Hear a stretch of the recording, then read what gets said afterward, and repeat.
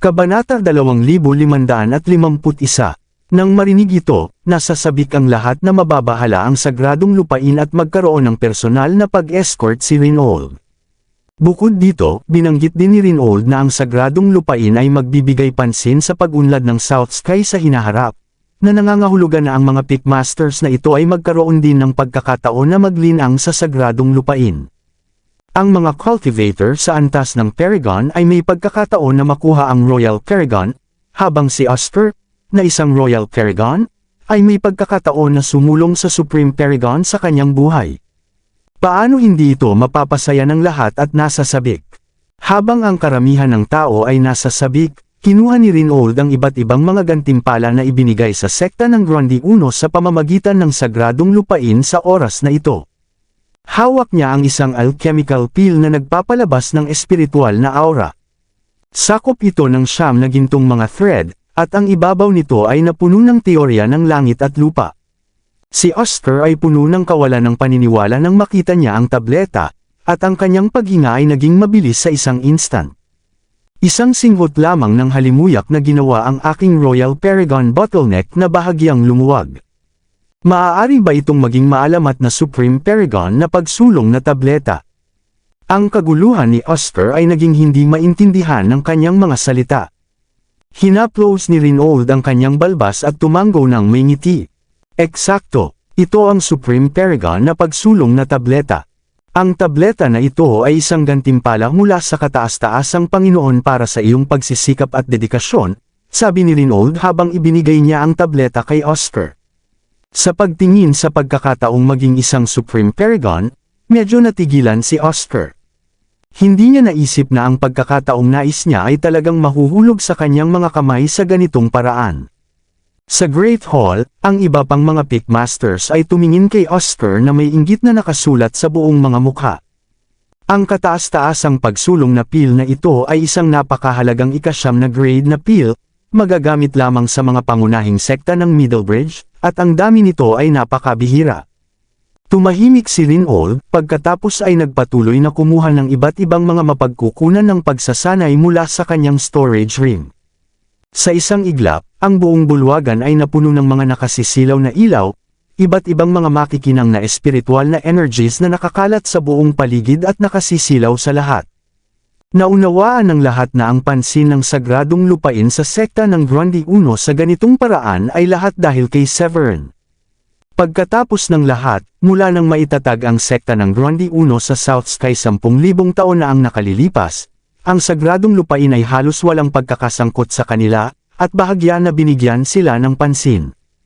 Ito lamang matapos si Severin ay nagpunta sa Middlebridge na ang sekta ng Grundy I sa South Sky ay muling naakit ang pansin ng mas mataas na mga sekta sa pagraranggo sa sagradong lupain. Kasabay nito, si Severin ay nakaupo ng cross-legged sa silid ng pagsasanay ng Grundy I Sacred Land. Matapos ang seremonya ng Royal Paragon, bumalik siya sa Enchanted Peak upang simulan ang pag-iisa.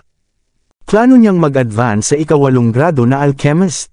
Bumalik, nang umalis siya sa sekta ng Grundy I, nakuha niya ang alchemy na paliwanag mula sa dating pinuno ng sekta ng Grundy I sa loob ng Alchemy Tower. Matapos ang higit sa kalahating buwan ng paglilinang, naging bihasa na siya dito. Sa silid ng pagsasanay, huminga ng malalim si Severin. Gumawa siya ng isang kilos ng kamay at tinawag ang Heavenly Furnace. Habang ipinakalat niya ang kanyang aura, ang pag-agos ng espiritual na apoy ay bumagsak mula sa portal, na nasusunog ang Heavenly Furnace na pula sa isang instant. Matapos buksan ang Heavenly Furnace, isinaaktibo ni Severin ang kanyang banal na pandama at kumuha ng isang hinlalaki na laki, at mapula-pula na prutas mula sa kanyang storage ring. Ito ay ang 1,000 taon na prutas ng Vermilion na nakuha niya mula sa Starry Sky Battle Space. Ang 1,000 taon na prutas ng Vermilion ay ang pangunahing sangkap para sa pagpino ng ika-8 grade na alchemical pill. Ito ay natatanging mahalaga at napakahalaga. Inilagay ni Severin ang 1,000 taon na prutas ng Vermilion sa Heavenly Furnace at pinino ito sa dalisay na espiritual na likido. Pagkatapos ay mabilis na idinagdag ang iba't ibang mga halamang pang-7 baitang dito. Pinlano niyang pinuhin ang ika-8 grade na pangunahing alchemical pill. Ang Clear Spirit Peel, na may epekto sa pagpapahusay ng banal na kaluluwa at paggamit ng isang Royal Paragon. Kahit nasa loob ng sagradong lupain, ito ay isang mahalagang kayamanan. Pagkaraan ng ilang sandali, ang iba't ibang mga halamang gamot ay naging gintong likido sa kaldero at naglabas ng isang malakas na halimuyak na gamot. Ang amoy lamang ay gumawa ng isang pakiramdam na magaan at masigla, na parang kumonsumo sila ng isang makapangyarihang tonic, na pinupuno ang kanilang katawan ng lakas. Sa oras na ito, si Severin ay hindi maglakas loob na hindi maging pabaya. Itinutok niya ang kanyang banal na pandama sa pag-obserba ng anumang mga pagbabago sa kaldero habang maingat na sinusunod ang mga tagubilin sa mga tala ng alchemy. Tumagal siya ng 2 araw, hanggang sa ang espiritual na likido sa kaldero ay ganap na nakalagay sa hugis. Sa wakas ay huminga si Severin ng isang buntong hininga nang makita ang eksena. Matapos panasan ang pawis mula sa kanyang noo, ang kanyang mukha ay napuno ng kagalakan at kaguluhan. Ang mga tableta ay gumawa ng form, na may lamang pangwakas na 2 hakbang na natitira, at ang pag-infuse sa kanila ng kapangyarihan ng langit at lupa, at pagtagumpayan ang langit na pagdurusa upang tunay na maging ika-8 grade na alchemical na tableta. Habang iniisip niya ito, kinuha ni Severin ang 2 espiritual na enerhiya na nagpapanumbalik ng mga tableta mula sa kanyang storage ring at natupok ito. Pagkatapos ay ipinatawag niya ang kapangyarihan ng langit at lupa mula sa kanyang sentro ng enerhiya at na-infuse ito na nabuo na mga tableta. Matapos ang ilang mga paghinga, ang mga gintong thread ay biglang lumitaw sa ibabaw ng maraming mga tableta sa kaldero, at ang nakamamatay na kapangyarihan ng langit at lupa ay nakipagtagpo sa kanila. Pagkatapos, ang mga nabuo na mga tableta na ika-8 grado ay mabilis na lumutang mula sa kaldero, na nagmadali sa labas ng silid ng pagsasanay at lumipad sa kalangitan sa itaas ng Enchanted Peak. Habang ang nabuo na mga tableta na pang-8 grade ay sumailalim sa pagdurusa, mas marahas ito kumpara sa pagdurusa para sa mga tableta sa ika-7 baitang. Sa oras na ito, 6 na kulog na kasing kapal ng mga balde ng tubig ay nahulog. Ang nakasisindak na aura ng Thunderbolts ay tulad ng isang pahayag, na sumasakop sa sagradong lupain ng Grundy 1 at naakit ang pansin ng hindi mabilang na mga tao. Si Heath, na nag-oorganisa ng mga alchemical recipe sa Great Hall ng 4th Mountain, ay nadama ang marahas na mga electric art sa hangin, at ipinakalat niya agad ang kanyang banal na pandama. Ang kanyang matalim na titig ay tumagos sa mga ilusyon at nahulog sa tuktok ng Enchanted Peak. Nanlaki ang mga mata ni Heath nang makita niya ang malinaw na mga tableta na sumailalim sa pagdurusa, at sinabi niya sa pagkamangha. Ang mga 8 grade na alchemical na tableta na ito, si Severin ba ay sumulong upang maging isang 8 grade na alchemist? Bilang isang pang-9 na grade na alchemist, masasabi niya na ang kalidad ng mga malinaw na tableta ay labis na pambihira, at kahit na naabot lamang nila ang antas ng ika-8 grade na pangunahing alchemical na tableta. Gayunpaman, lahat sila ay perpekto sa lahat ng mga impurities na tinanggal, na iniiwan lamang ang pinakamahalagang mga katangian ng gamot. Bagaman alam ni Heath na si Severin ay isang ika-7 baitang na alchemist, mayroon siyang pag-unawa sa talento ng alchemy ni Severin. Gayunpaman, nagulat pa rin siya nang makita niya ang malinaw na mga espiritual na tableta. Nalaman niya mula kay Reynold na si Severin ay sumulong lamang sa isang ika-7 grade na high-rank na alchemist hindi nagtagal bago siya umalis sa sekta. Gayunpaman, sumulong ulit siya sa loob lamang ng kalahating buwan. Ang alchemy ay nakasalalay sa mga likas na kakayahan, ngunit mas mahalaga, umaasa ito sa kasanayan. Halos bawat sikat na alchemist o alchemist grandmaster ay sumulong sa susunod na antas sa pamamagitan ng malawak na kasanayan upang makamit ang kanilang mga kasanayan. Ang mga likas na kakayahan ay nangangahulugang mas mabilis na pag-unawa, ngunit hinihiling din ito ang malawak na kasanayan upang matiyak ang isang tiyak na rate ng tagumpay sa pagpipino ng pil. Ngunit ngayon, tila medyo nasira ni Severin ang pag-unawa na ito. Matapos matauhan mula sa kanyang pagkabigla, mabilis na tinapik ni Heath ang portal at sumugod sa Enchanted Peak sa loob ng Heaven Cave. Kasabay nito, tumangala si Severin sa kalangitan sa silid ng pagsasanay, na pinapanood ang mga tableta na dumaan na sa pagdurusa. Itinaas niya ang kanyang kamay upang patatagin ang nakapaligid na espasyo at dinala ito sa kanyang mga kamay. Matapos gawin ang lahat, maingat na pinag-isipan ni Severin ang mga natamo mula sa pagpino ng malinaw na mga espiritual na tableta sa oras na ito. Pagkaraan ng mahabang sandali, pinakawalan niya ang isang mabigat na buntong hininga at sinabi, "Sa wakas ay sumulong ako sa isang ika-8 grade na alchemist." Sa pagtingin sa malinaw na mga tableta sa kanyang kamay, isang malabong ngiti ang lumitaw sa mga labi ni Severin. Sumulong na siya ngayon sa isang ika-8 grade na alchemist, at maaari niyang pinuhin ang lahat ng mga tableta ng Royal Paragon ng nag-iisa. Mas mahalaga, maaari niyang gamitin ang mahalagang kayamanan na inani niya mula sa Starry Sky Battle Space. Mabilis na kinuha ni Severin ang isang bote ng porselana upang maimbak ang mga tableta. Inilaan niyang mag-advance sa antas ng Level 2 Royal Paragon sa isang lakad. Noon lang, mayroong isang pagbabago bago ng puwang sa labas ng Enchanted Peak. Sa kanyang kasalukuyang paglilinang, agad niyang maramdaman na papalapit na si Heath. Bumangon siya kaagad at nag-deactivate ng pagbuo ng pormasyon upang tanggapin si Heath.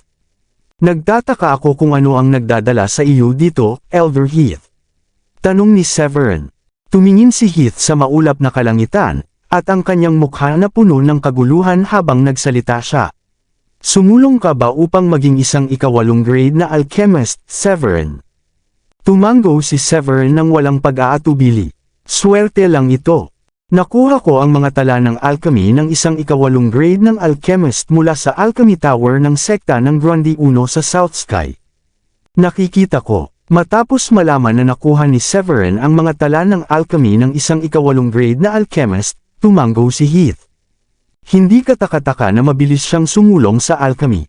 Naalala niya na nang tanggapin ni Rinold si Severin pabalik sa sagradong lupain, nabanggit niya na si Severin ay isang pang-7 baitang na high-rank na alchemist lamang. Una sa lahat, matigas na sumulong sa isang ika-8 grade na alchemist. Ang mga may pambihirang talento lamang ang makakamit. Pangalawa, ang bilang ng mga 8 grade na halamang gamot sa Blue Realm ay labis na mahirap makuha. Ang isang alchemist ay karaniwang nangangailangan ng malawak na kasanayan upang sumulong. Ito ay humantong sa katotohanan na mayroong mas kaunti sa 20 na alchemist sa Blue Realm. Tulad ng para sa ika-9 na grade na alchemist, 3 lamang sila. Bagaman ang alchemy ay hindi nagbigay ng nasa salat na nakuha ng kapangyarihan tulad ng pagkamit, ang isang ika-8 grade na alchemist, tiyak na ituturing bilang isang VIP at maakit ang pansin ng bawat pangunahing sagradong lupain. Upang maging matapat, si Heath ay naiinggit sa talento ni Severin sa alchemy. Bumalik noon, marami siyang pinagdudusahan upang malaman ang alchemy, at kahit na dahil sa kakulangan ng mga halamang grade na halamang gamot sa Blue Realm, siya ay natigil sa ika-7 grade na high-rank na alchemist ng higit sa 100 taon. Matapos na sigurado si Heath na si Severin ay sumulong sa isang ika-8 grade na alchemist, ang nais niyang gawin ay upang ipaalam kaagad kay Amethyst. Siya ay sabik na inaasahan na susundan siya ni Severin upang malaman ang kanyang mga kasanayan sa alchemy. Sa isip ng mga saloobin na ito, sinabi agad ni Heath, "Mangyaring humingi ng paumanhin sa akin ngayon." Pagkatapos magsalita, siya ay bumangon sa hangin na may kaguluhan, na nagiging isang guhit ng ilaw na bahaghari at nawala sa portal. Napangiti si Severin nang umalis si Heath. Paano niya hindi nakikita ang dahilan ng kaguluhan ni Heath ngayon? Umiling-iling siya at bumalik sa silid ng pagsasanay upang ipagpatuloy ang kanyang pag-iisa. Kumuha siya ng isang malinaw na espiritual na tableta at inilagay ito sa kanyang bibig. Sa isang instant, ang purong nakapagpapagaling na kapangyarihan ay nagbago sa isang nakapangangilabot na kapangyarihan ng langit at lupa at pinangalagaan ang kanyang buong katawan. Sa banal na pandama ni Severin, nakita niya ang kanyang panloob na mundo at lupa na nanginginig na may malakas na dagandong, at pagkatapos, nagsimula itong mapalawak. Ang buong panloob na mundo ay patuloy na lumawak, na ang kalangitan ay bumangon at ang lupa ay lumubog. Ang 9 na langit ay naging mga bundok at ilog, habang ang masamang enerhiya ay naging tinunaw na lava. Sa itaas ng panloob na mundo, ang hindi mabilang na mga bituin ay nandoon at nagbigay ng nakasisilaw na katalinuhan. Habang nahulog ang mga starlight na ito, naging isang pagbuhos ng ulan at pinangalagaan ang lahat ng mga nabubuhay na bagay sa mundo. Bagaman ang panloob na mundo ay nanatiling nag-iisa at baog, naniniwala si Severin na sa sandaling sumulong siya sa Supreme Paragon, ang panloob na mundo ay magsisimulang magpakita ng halaman. Pinigilan niya ang kanyang kaguluhan at hinawakan ang kanyang hininga upang ituon ang lahat ng kanyang pansin sa pagpapalawak ng panloob na mundo. Kalahating buwan ang lumipas, ang kulog na dagandong at nagngangalit na hangin ay lumitaw sa Enchanted Peak. Binuksan ni Severin ang kanyang mga mata at dalawang sinag ng ilaw na sumabog sa kanyang mga mata. Ang marilag na aura ng isang antas ng Level 3 Royal Paragon ay sumabog mula sa kanya, na nanginginig ang buong Enchanted Peak. Matapos ang mga beam ng ilaw ay nawala, nagpakawala siya ng isang mabigat na hininga. Ang hininga ay sumipol sa hangin tulad ng isang dragon at nabasag ang portal sa loob ng ilang yarda tulad ng isang mabangis na latigo. Hindi mabilang na mga elemento at Nine Heavens Gale ay agad na napatay. Itinaas ni Severin ang kanyang kamay nang makita niya ang eksena, at ang marilag na kapangyarihan ng langit at lupa ay sumugod patungo sa sirang portal at inayos ito. Matapos makumpleto ang mga gawaing ito, sinuri ni Severin ang kanyang katawan. Matapos ang kalahating buwan ng pag-iisa at kasanayan, natupok niya ang lahat ng malinaw na mga espiritual na tableta, at sa wakas ay sumulong siya sa antas ng Level 3 Royal Paragon. Ang mas nasisiyahan sa kanya kahit na ang panloob na mundo ay lumawak ng higit sa 3 beses kumpara sa dati. Ito ay maihahambing sa lihim na kaharian na binuksan ni Adrian noong nakaraan, na sumasakop sa halos 1,000 kilometro ang lapad. Sinuri ni Severin ang panloob na mundo sa kanyang banal na pandama. Nakita niya ang isang disc-sized na fireball sa itaas ng panloob na mundo, na nilamon ang ilaw ng araw, buwan, at mga bituin, pati na rin ang kapangyarihan ng langit at lupa.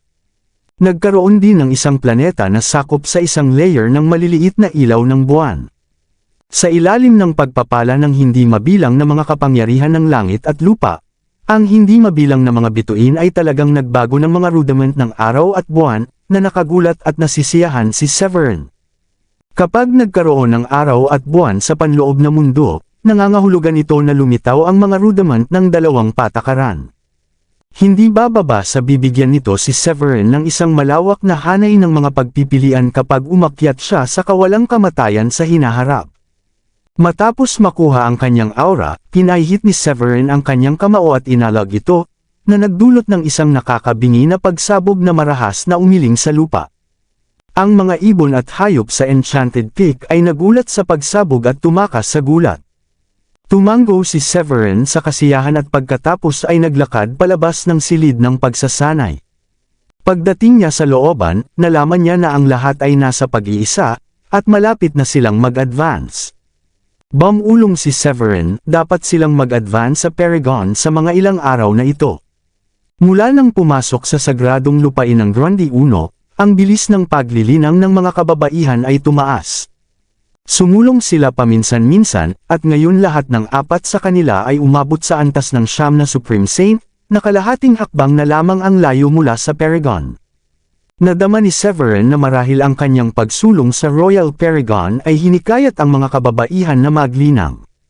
Matapos bawiin ang kanyang tingin mula sa mga kababaihan, nagbulong si Severin, sumulong ako ngayon sa antas ng 3 Royal Paragon, oras na upang makaya ang 2 piraso ng banal na ginto sa isang proteksyon na banal na armas.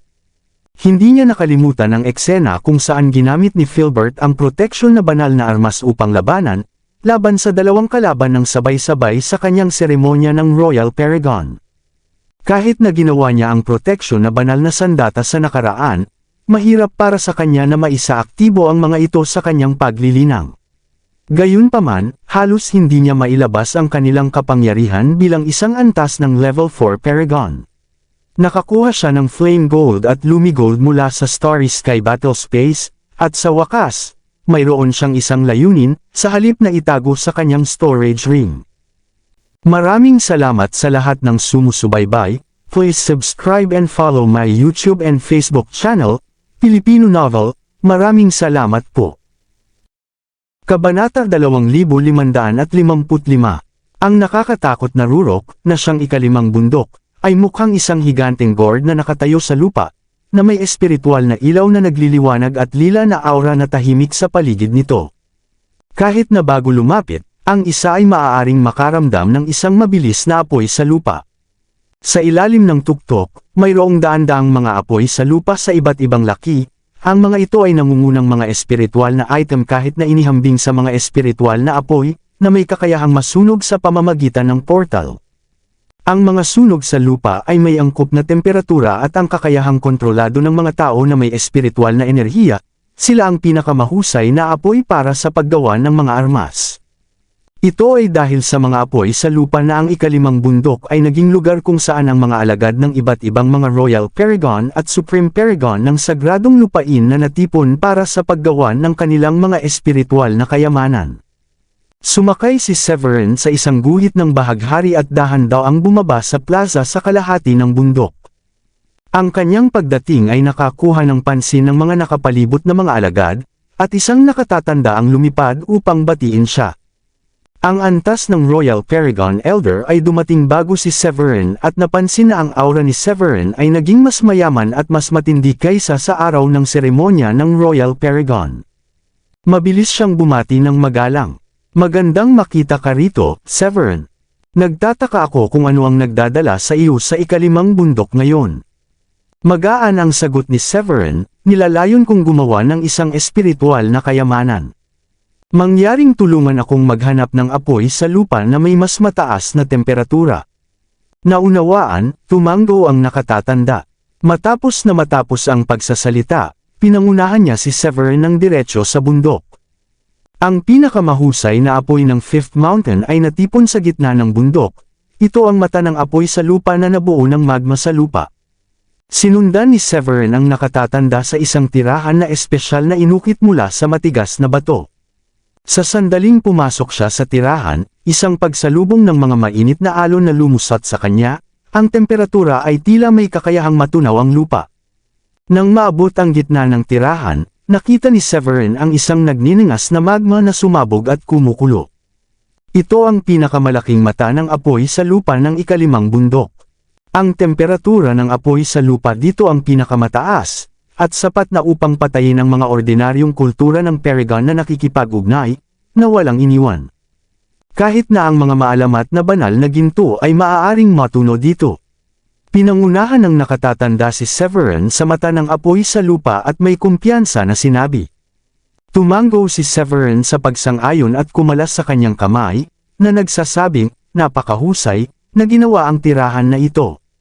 Sa sandaling natapos na niya ang pagsasalita, nagpaalam na ang nakatatanda at iniwan ang tirahan. Nang iniwan ng matanda ang tirahan, isinaaktibo ni Severin ang pagbuo sa pasukan ng tirahan kaagad. Pagkatapos, umupo siya ng cross-legged at kinuha ang isang metal oro mula sa kanyang storage ring ng dahan-dahan. Inilaan ni Severin na likhain ang ilang mga elite quality na espiritual na kayamanan para sa mga kababaihan at kaisilin para sa kanilang proteksyon. Ang isang normal na espiritual na kayamanan ay maaaring maabot ang antas ng higit na mahusay na kalidad sa pamamagitan ng pagdaragdag ng isang piraso ng star gold, at ang isang elite quality na espiritual na kayamanan ay maaaring likhain kung mas maraming star gold ang idinagdag. Matapos ilabas ang star gold, minanipula ni Severin ang apoy sa lupa upang simulan ang proseso ng pagpino at pagtunaw ng metal na oro. Inalis niya ang mga impurities at mabilis na tinanggal ito. Ang star gold ay kasing hirap ng isang ikawalong grade na kayamanan. Tumagal ng 2 araw lamang upang mapainit at matuno ito. Sa kabutihang palad, ang mata ng apoy ay sapat na mainit, na ang metal oro sa wakas ay natunaw sa ilalim ng patuloy na mataas na temperatura. Si Severin ay minanipula ang special na puwersa upang hubugin ito sa isang hindi nakikita na malaking martilyo at sinimulan ang proseso ng paggawa. Di nagtagal, 4 na mahahabang espada, isang sibat, isang maliit na tripod, isang salamin, at isang maliit na tower ay nagsimulang humubog sa harap ni Severin. Sa isang iglap lamang, maraming mga espiritual na kayamanan ang hinuhubog. Ang paghubog ng espiritual na kayamanan ay pangalawang hakbang lamang. Susunod, kailangan nilang ma-infuse ang kapangyarihan ng langit at lupa at ang mga pilosopiya, na isinaaktibo ang pagka-espiritual ng metal at ang pilosopiya upang tunay na maging piling kalidad na kayamanan. Hindi na napapagod si Severin. Itinaas niya ang kanyang braso at ginamit ang kanyang kapangyarihan ng Royal Paragon upang makuha ang lahat ng kapangyarihan ng langit at lupa sa loob ng 10-10 milya, at ibuhos ito sa matagumpay na hinubog na mga kayamanan. Sa loob ng halos kalahating araw, ang buong tirahan ay nagningning na may espiritual na ilaw, at ang marilag na aura ay halos umaapaw mula sa pagbuo, na ibinubuhos patungo sa labas ng ikalimang bundok. Sa sandaling ito, mayroong 8 dumadaloy at makulay na espiritual na kayamanan na lumulutang sa harap niya, na pinalabas ang aura ng mga piling kalidad na kayamanan ng espiritual.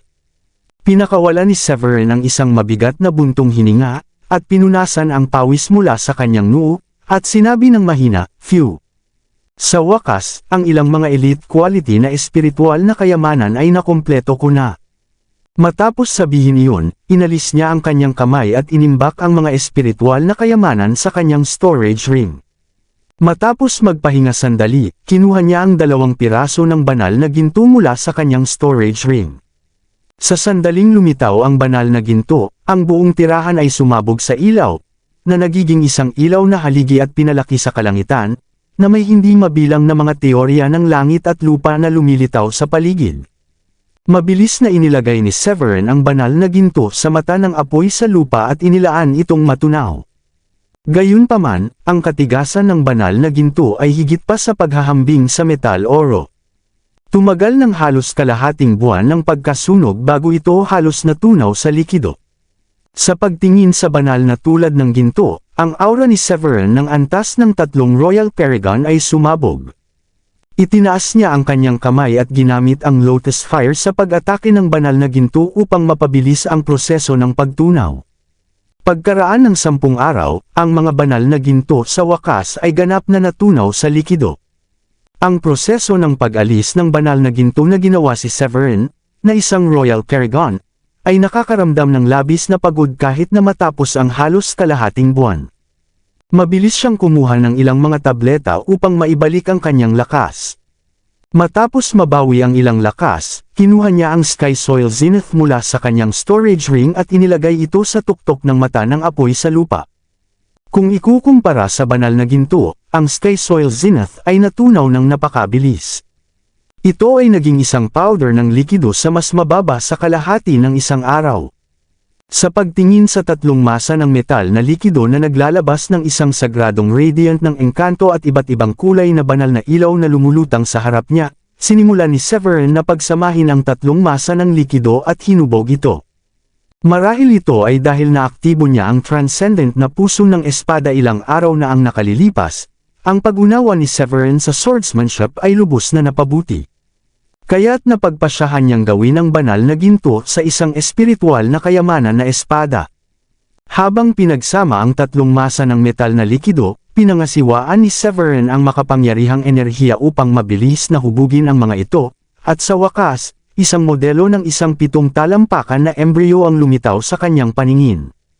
Pakinggan ang aking utos, ang kapangyarihan ng langit at lupa, habang tama ang tiyempo, ganap na sumabog ang aura ni Severin. Kinurot niya ang kanyang mga daliri, agad na sinisipsip ang lahat ng kapangyarihan ng langit at lupa sa loob ng libu-libong milya sa paligid ng ikalimang bundok. Sa pamamagitan ng isang malaking lakas ng langit at lupa na ibinuhos, ang sword embryo ay unti-unting nagsimulang maglabas ng labis na nakasisilaw na gintong ilaw, tulad ng isang mahusay na araw sa kalangitan, na nakasisilaw at kahanga-hanga. Tila ang marilag na aura ng langit at lupa ay bumaba sa tirahan. Kahit nasa kasalukuyang paglilinang ni Severin bilang isang Royal Paragon, nakaramdam pa rin siya ng isang palpitation kapag nahaharap sa embryo na ito. Pagkaraan ng 7 araw, ang sword embryo, na nagliliwanag ng gintong ilaw, sa wakas ay natapos ang pag-alis nito. Maraming mga pilosopiya na dumadaloy sa malamig at maliwanag na katawan ng espada. Bagaman hindi pa ito pumasa sa pagdurusa, nakasisindak pa rin ito. Matapos mag-convert sa gintong ilaw, biglang nag-vibrate ang sword embryo. Sinira nito ang hangin at umalis. Pinahaba ni Severin ang kanyang banal na pandama nang makita niya ang eksena, at nakita niya ang isang madilim na ulap na natipon sa kalangitan sa itaas ng ikalimang bundok. Mabilis siyang bumangon at nag-deactivate ang binuo niyang pormasyon sa tirahan, at sinundan ang sword embryo sa kalangitan. Hanggat ipinapasa nito ang pagdurusa, ang sword embryo na ito ay tunay na magiging isang proteksyon na banal na armas. Si Severin ay lumubog sa hangin at lumulutang sa labas ng tirahan sa kalagitnaan ng hangin. Sa sandaling siya ay lumabas mula sa tirahan, ang kalangitan sa itaas ay natatakpan ng madilim na ulap, at ang kulog at kumikislap na kidlat. Ang sword embryo sa kanyang kamay ay tila ipinanganak na may karunungan. Sa isang iglap, lumipad ito mula sa kanyang kamay at lumipad sa kalangitan. Nang lumitaw ang sword embryo, ang kalangitan ay agad na natakpan ng makapal na madilim na ulap. Sa isang iglap, isang marahas na hangin ang bumangon, na nagbibigay ng isang nakakaganyak na pakiramdam, na parang handa na upang sirain ang sagradong lupain.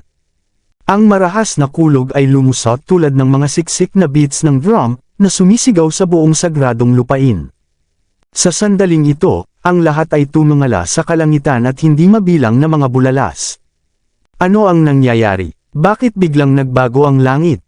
Tingnan, tila may mahabang espada na lumilipad sa mga ulap. Mukhang nagmumula ito sa direksyon ng ikalimang bundok. Maaari bang magkaroon ng sinumang nakatatanda na gumawa ng isang banal na sandata? Kung ikukumpara sa pagtataka ng mga alagad, si Rinold ay may marahas na pagbabago sa kanyang pagpapahayag nang makita niya ang kababalaghan sa kalangitan. Ang nakasisindak na aura na nagmula sa sword embryo ay gumawa ng kanyang anit na tumayo. Ang pagkakalantad ni Rinold ay hindi maihahambing sa mga alagad na iyon. Para sa kanya, tanging ang proteksyon na banal na sandata ay maaaring gumawa ng kanyang anit na tumayo. Ito ba ang proteksyon na banal na sandata na sumasailalim sa pagdurusa? Ang pagbawi mula sa kanyang pagtataka, hindi maiwasang mapigilan ni Rinold ngunit huminga ng malamig na hininga. Maliban sa maliit na pagoda na inilagay sa vault ng kayamanan ng sekta, ang lahat ng mga Royal Paragon ay gumagamit ng mga piling kalidad na kayamanan na espiritual. Dahil ang mga materyales na ginamit upang mabuo ang proteksyon na banal na armas, ang banal na ginto, ay napakabihira sa buong Blue Realm at napakahalaga. Ang banal na ginto ay ang espiritual na enerhiya na tumagas mula sa portal habang ang mga nakaraang ascendants ay umakyat.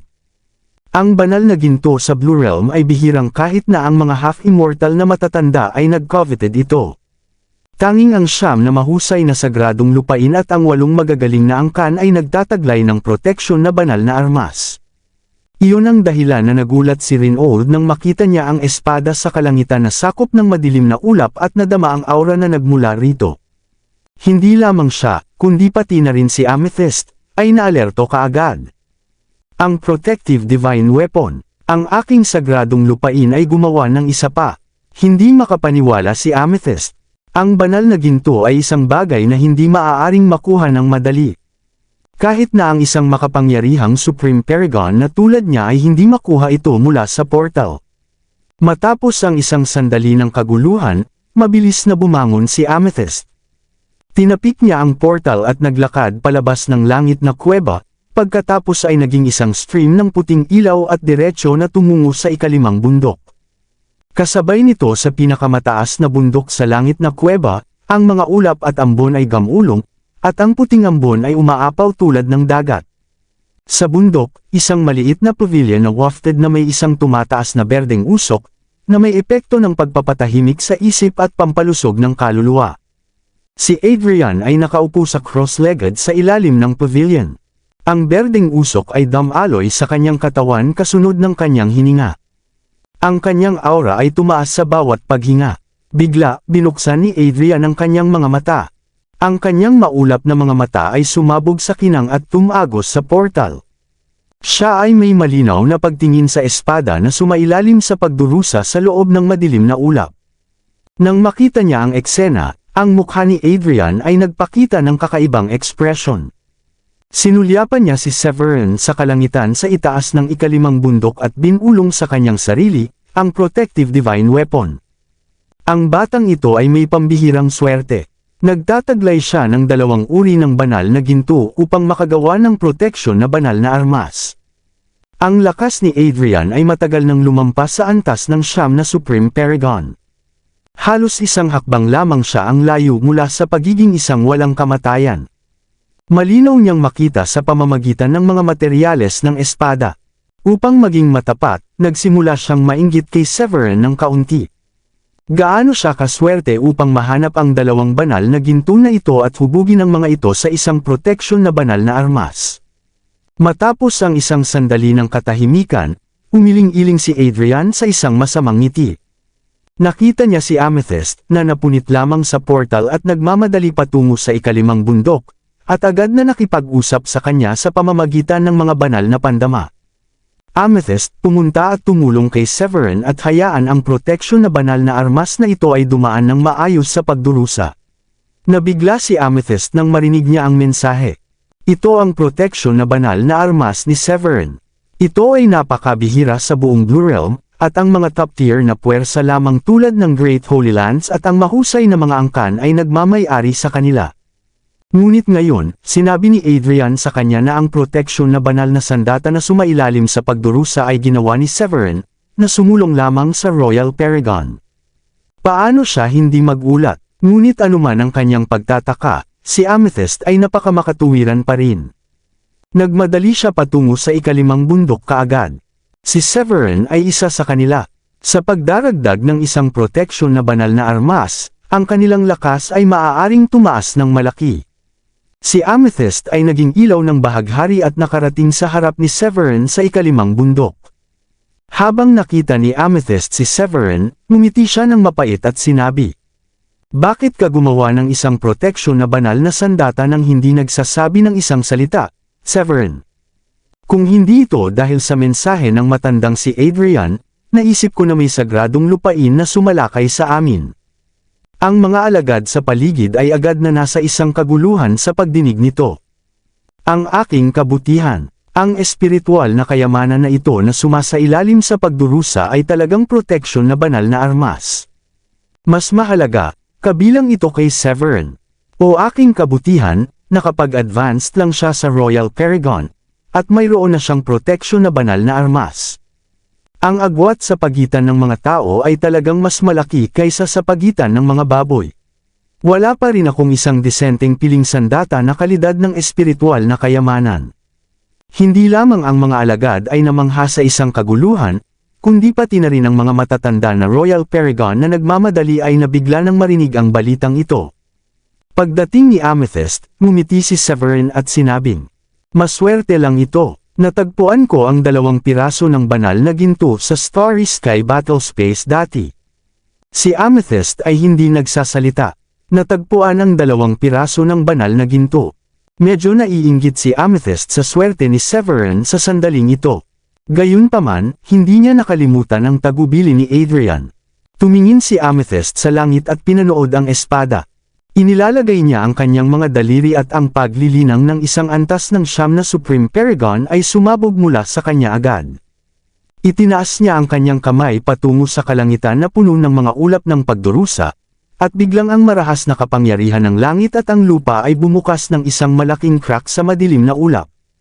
Sa pamamagitan lamang ng 2 o 3 palad, si Amethyst ay nagtapon ng higit sa kalahati ng madilim na ulap sa kalangitan, na pinahihit ang 10,000 yarda ng madilim na ulap sa mas mababa sa 100 yarda. Ang kapangyarihan ng langit na kulog na tumatama mula sa madilim na ulap ay nagsimulang bumaba din ng paunti-unti. Matapos ang 15 minuto, ang mga beam ng ilaw ay lumubog sa kalangitan, na sinamahan ng isang naghuhumindig na sigaw ng espada sa kalangitan. Ang natatanging kapangyarihan ng proteksyon na banal na sandata ay lumusot sa libu-libong mga yarda. Ang isang pahiwatig lamang nito ay lumikha ng isang nakasisindak na sword wheel na kumalas sa portal at pinutol ang kalangitan tulad ng papel. Ang banal na ilaw ay tulad ng Diyos na rebulto ay nawala, na inihayag nito ang isang 7 talampakan na longsword, na naglalabas ng isang malamig at matalim na ilaw sa buong katawan nito. Mayroong 4 na mga karakter na tulad ng salita na lumitaw malapit sa espada na hilt Loren na banal na talam. Itinaas ni Severin ang kanyang kamay at tinawag ang Loren Divine Blade. Maingat niyang sinuri ito at malinaw na maramdaman na ang kanyang isip at sandata ay pinagsama sa isa, na nagbibigay sa kanya ng pakiramdam ng kinis at kontrol na parang isang pagpapalawig ng kanyang katawan. Ang naging mas kasiyahan sa kanya ay ang Lauren Divine Blade, marahil dahil ito ay hinubog niya ng personal, at tila napakaangkop para sa kanya. Sinubukan niyang mag-infuse ng malawak na dami ng enerhiya sa loob nito, ang banal na talim ay sumabog na may nakasisindak na kapangyarihan kaagad, na nagiging sanhi ng puwang sa harap nito na maging marupok na parang papel. Hindi makapaniwala si Severn. Anong kayamanan? Sa pamamagitan ng Lauren Divine Blade bilang kanyang proteksyon na banal na armas, nadama ni Severn na maaari niyang patayin ang isang antas ng 6 na Royal Paragon. Bagaman talagang hindi ka panipaniwala laban sa 3 maliliit na antas, paano maihahambing ang kapangyarihan ng Lauren Divine Blade sa ordinaryong mga piling kalidad na kayamanan ng espiritual? Sa ganitong kayamanan upang maprotektahan siya, maaari siyang pumunta kahit saan nang walang takot. Ang banal na talim ay tila nakakaramdam ng kagalakan ng Panginoon nito. Kuminang ito ng ningning, at ang katawan nito ay nanginginig ng bahagya tulad ng isang masayang bata. Si Amethyst sa tabi niya ay naiinggit. Binabati kita, Severn. Sa pamamagitan lamang ng paglilinang ng isang antas ng 3 Royal Paragon, mayroon kang isang proteksyon na banal na armas, na nakaiinggit sa amin. Pagkatapos ng lahat, hindi hihigit sa 20 sa buong Blue Realm. Kahit na si Amethyst, isang makapangyarihang Supreme Paragon at pinuno ng sekta, ay maaaring hilingin lamang na gamitin ito sa mga oras ng krisis para sa sekta. Ngumisi si Severn sa mga salita ni Amethyst, ngunit hindi nakagambala. Matapos maikalat ang natitirang kalahati ng madilim na ulap sa kalangitan, sinabi ni Severn kay Amethyst, "Huwag nating ikalat ang balita tungkol sa proteksyon na banal na armas sa loob ng sagradong lupain sa ngayon. Ang espada na ito ay maaaring maging aking trump card. Ang Eastern Sea Secret Realm ay bubuksan sa ilang araw pagkatapos, at binalak ni Severn na galugarin ito. Ang Eastern Sea Secret Realm ay isang pamana na naiwan ng Green Emperor bago ang kanyang pag-akyat, pagkatapos ng lahat. Siya ang unang walang kamatayan ng mga tao at ang nagtatag ng kasalukuyang mga pamamaraan ng paglilinang sa mundo. Ito ay hindi tugma kumpara sa mga makasaysayang labi ni Wildfire at Starry Sky Battlespace. Si Severn ay sumulong lamang sa Royal Paragon at hindi pa sumusulong sa antas ng 5 Royal Paragon, at nakuha niya lamang ang mga kondisyon upang makapasok sa Eastern Sea Secret Realm. Nang malaman ni Amethyst na si Severn ay nagpaplano na lumahok sa Eastern Sea Secret Realm, hindi niya maiwasang mapangiti. Napag-usapan niya kay Rinold ang tungkol sa Eastern Sea Secret Realm dati. Nag-aalala pa sila na si Severn ay hahabulin ng iba't ibang puwersa kung ipasok niya ito. Ngayon tila hindi kinakailangan ng kanilang mga alalahanin. Sa pagpapala ng proteksyon na banal na sandata, ang lakas sa labanan ni Severn ay tumaas ng maraming beses. Masasabi na siya ay walang talo sa parehong antas, at maaari pa siyang pumatay ng mas mataas na antas ng mga Paragon. Hinaplos ni Amethyst ang kanyang balbas at tumawa. Haha, magmadali pa balik sa Enchanted Peak upang pinuhin ang proteksyon na banal na armas na ito, Severn. Matapos sabihin iyon, umikot si Amethyst at lumipad sa kalangitan, at nawawala mula sa paningin ni Severn. Pumunta siya sa ika-5 bundok upang harangan ang balita. Ang balita ni Severn na nakakakuha ng proteksyon na banal na armas ay hindi maaaring mailabas bago siya pumasok sa Eastern Sea Secret Realm. Hindi lamang ito nauugnay sa paggalugad ni Severn ng lihim na kaharian, kundi pati na rin sa sagradong lupain ng Grundy 1. Ang iba pang mga sagradong lupain ay may halos isang proteksyon na banal na sandata, ngunit ngayon ang sagradong lupain ng Grundy 1 ay may 2. Sa mga kritikal na sandali, ito ay isang malakas na sandata upang kumontra, at pumatay ng mas malakas na mga kaaway. Sa pagtingin sa nawawalang figure ni Amethyst, ngumiti si Severn. Tumalikod siya at tinapik ang puwang, bumalik sa kanyang tirahan. Matapos bumalik sa Enchanted Peak, agad niyang kinuha ang proteksyon na banal na armas sa silid ng pagsasanay at sinimulang pinuhin ito. Ang Lauren Divine Blade ay hinubog ni Severn mismo. Ang bilis ng pagpino nito ay hindi inaasahang mabilis. Sa mas mababa sa 2 araw, ganap na pininom niya ang talim ng banal na sandata at ang talim ay lumipad sa kanyang panloob na mundo na masaya. Ang nakasisindak na aura ng proteksyon na banal na armas ay halos sumabog ang panloob na mundo ni Severin. Ngunit sa kabutihang palad, ang lahat ay maayos sa huli. Gamit ang Loren Divine Blade na ito, hindi ako natatakot na makatagpo ng isang antas ng 6 na Royal Paragon. Ibinalik niya ang kanyang banal na pandama mula sa pag-obserba ng kanyang katawan at ngumiti. Matapos ang isang sandali ng pagmumuni-muni, tumayo siya at naglakad palabas ng silid ng pagsasanay. Tulad ng pagdating niya sa patio, isang marahas na shockwave ang biglang kumalat mula sa nakapalibot na lugar. Mabilis na tumalikod si Severin at tumingin sa tirahan ni Diane at iba pa. Kabanata 2560. Tulad ng inaasahan, isang malaking vortex ng espiritual na enerhiya ang lumitaw sa itaas ni Diane sa ngayon, na sinamahan ng malakas na hangin na dumadaan, at isang malabong aura ng isang Paragon na nagmula sa tirahan. Walang alinlangan, si Diane ay sumulong sa isang Paragon. Natuwa si Severin at binigkas, haha, hindi inaasahang dobleng kaligayahan. Tumingin siya sa mga lugar ng iba pang mga kababaihan pagkatapos. Tulad ni Diane, mayroon ding mga malalaking spiral ng espiritual na enerhiya na lumalakad sa itaas ng kanilang mga abode, na may nakakatakot na kulob na nagmula sa kanila. Sinamahan ng isang serye ng Thunderbolts, ang 4 na kababaihan ay lumipad mula sa kanilang mga abode at dumating sa kalagitnaan ng hangin upang harapin ang mga makalangit na pagdurusa. Ang madilim na ulap ay nagkalat pagkatapos ng ilang sandali. Ang 4 na kababaihan na pumasa sa pagdurusa ng Thunderbolt, ay sumulong sa mga Paragon. Mabilis silang lumipad nang makita nila si Severin sa looban. Tumawa si Severin ng taos puso at sinabing, haha, binabati ko kayo lahat sa pagsulong sa Paragon. Dapat nating ipagdiwang ito. Si Diane, na siyang unang nakarating sa harap niya, ay nasa sabik. Hinahabol niya ang kanyang mga labi at buong kapurihan na sinabi, siyempre, sa wakas ay sumulong ako sa Paragon pagkatapos ng pag-iingat sa buwang ito. Kailangan nating ipagdiwang para sigurado. Si Gilda ay sumusunod sa likuran. Siya ay bihis na puti at mukhang isang engkanto na bumababa mula sa langit, na hindi nasasakupan ng mortal na mundo. Sumulyap siya sa kagalakan. Ang pagsulong na ito sa wakas ay nagparamdam sa kanya na ang agwat sa pagitan niya at ni Severin ay hindi ganoon kagaling. Ang mga kapatid na si Sheila at Sofia ay sumunod sa kanila. Tumakbo sila patungo kay Severin ng mabilis pagkatapos ng landing. Hayaan niyo akong personal na mag-barbecue para sa inyong lahat ngayon, sinabi ni Severin. Bumangon siya kaagad pagkatapos ng kanyang mga salita. Sa kabutihang palad, nagdala siya ng maraming uri ng pampalasa nang umalis siya sa sekta ng Skyblue Sect.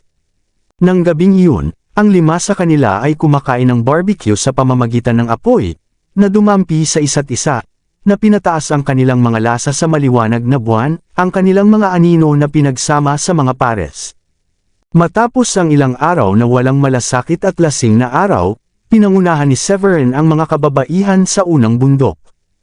Ang mga karwahe na umalis para sa silangang dagat ay handa na para sa kanya. Si Jack Leroy, isang Holy King Realm Elder, ay nagmamaneho ng karwahe. May madilim siyang balat at hindi matangkad. Nang makita niya ang pagdating ni Severin, agad siyang sumaludo. Pagbati, Severin, sige, maging casual, magtapos tayo. Tumango si Severin at mahinahon na sinabi. Mayroong 2 araw lamang ang natitira bago magbubukas ang silangang lihim ng dagat. Kailangan niyang makarating sa Eastern Sea City ng maaga. Ang kasalukuyang alkalde ng lungsod ng silangang dagat ay isang ex-core na alagad ng sagradong lupain ng Grundy 1, kaya ang lungsod ng silangang dagat ay maaari ring isaalang-alang bilang teritoryo ng sagradong lupain ng Grundy 1. Matapos si Severin at ang iba pa ay sumakay sa karwahe, pinahihit ni Jack ang karwahe sa isang stream ng ilaw at iniwan ang sagradong lupain ng Grundy 1. Ang panunood kay Severin at ang iba pa na umalis, si Amethyst sa unang bundok ay nagpadala ng isang banal na mensahe kay Rinold sa tabi niya na nag-aalala. Maaaring abalahin kita upang maprotektahan ang mga ito sa oras na ito, Rinold. Tumawa si Rinold ng taos puso. Walang problema, isang karangalan na maging tagapagtanggol ni Severin. Matapos sabihin iyon, siya ay naging isang nalalabi na anino at iniwan sa pamamagitan ng pagpunit sa portal.